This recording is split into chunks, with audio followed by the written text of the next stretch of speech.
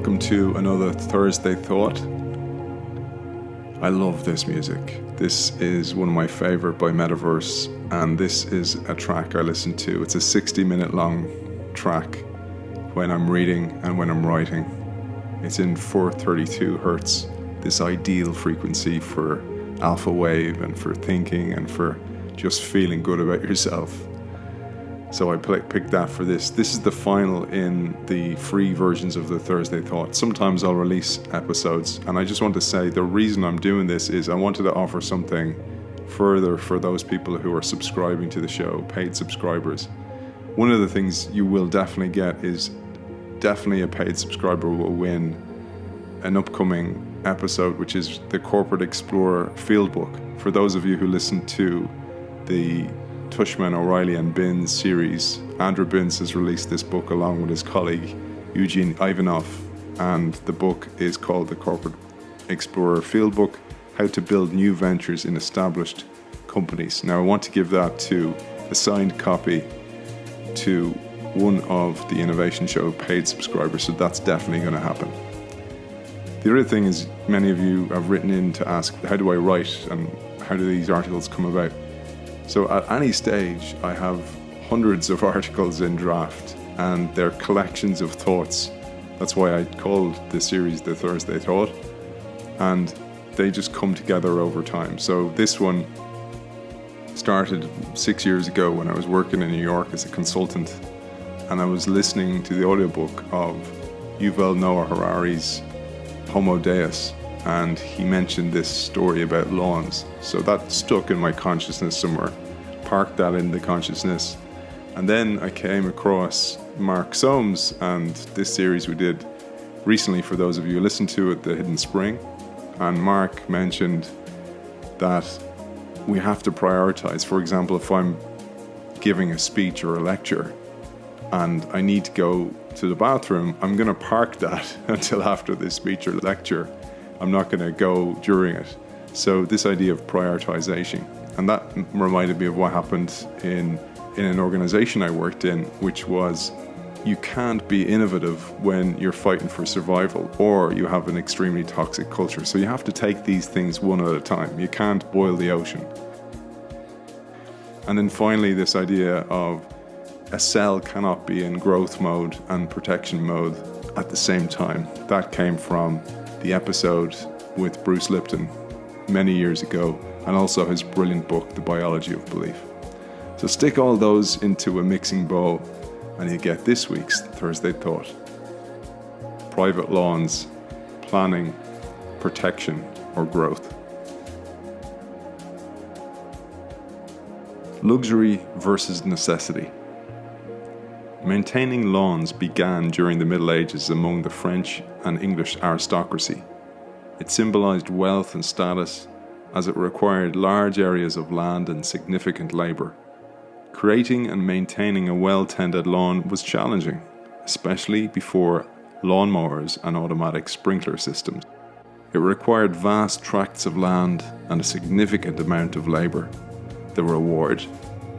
Beautiful, albeit non-productive, expanses of greenery. In his book Homo Deus, Yuval Noah Harari explains that lawns offered no practical value. They weren't used for grazing animals or growing food.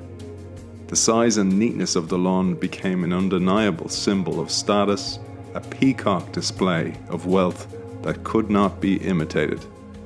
Devoting precious land or time to a lawn was unthinkable for peasants.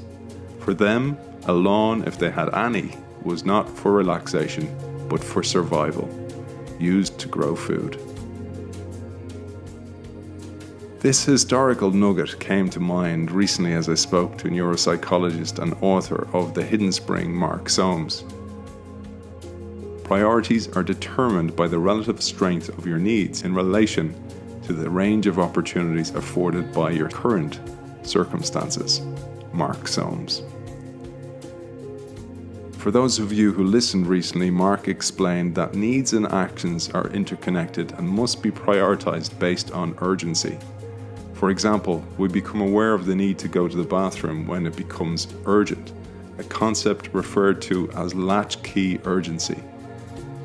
The concept of prioritising needs also applies to organisations, which must determine critical needs based on their current circumstances.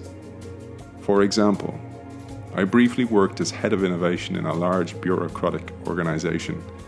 I should have done my homework on the organisation and presumed we could foster a culture of innovation. However, I soon realised the reality of this week's Thursday Thought.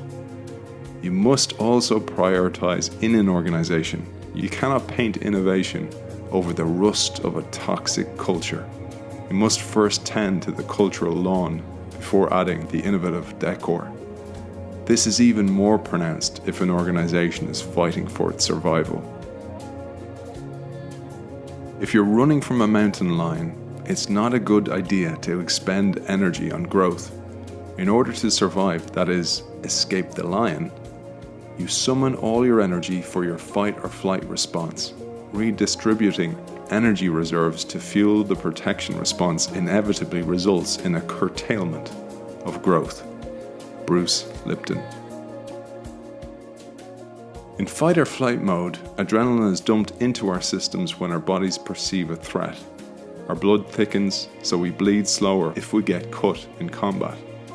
Blood is diverted from our forebrain, where we do our best thinking, to our fists for fight and our legs for flight.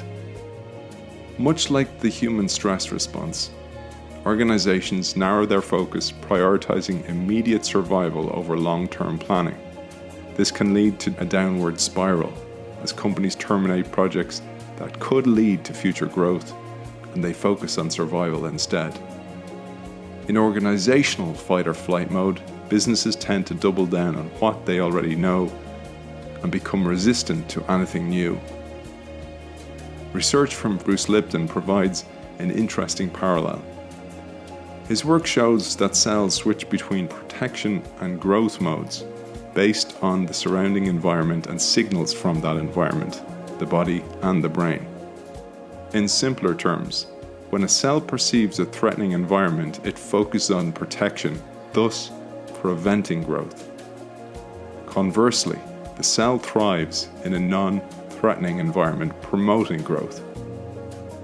The same can be applied to humans and their work environments. In a psychological climate of fear, people are less likely to take creative risks or invest in long-term planning. However, when the environment is supportive and non-threatening, individuals are more likely to thrive, plan, and grow. This is where the privilege of having a private lawn comes into play. Private lawn is the ability to have the time and space to plan, think, and grow. For some of us, daily survival consumes all our time, all our energy, leaving no room for strategic thinking or planning.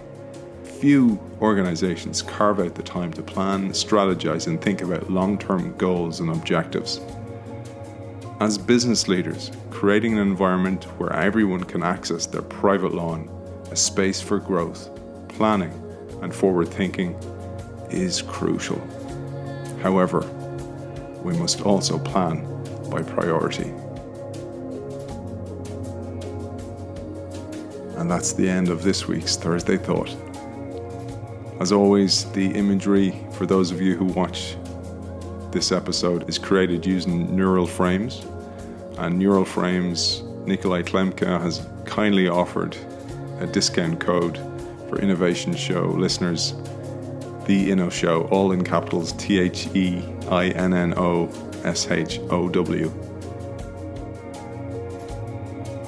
See you next week.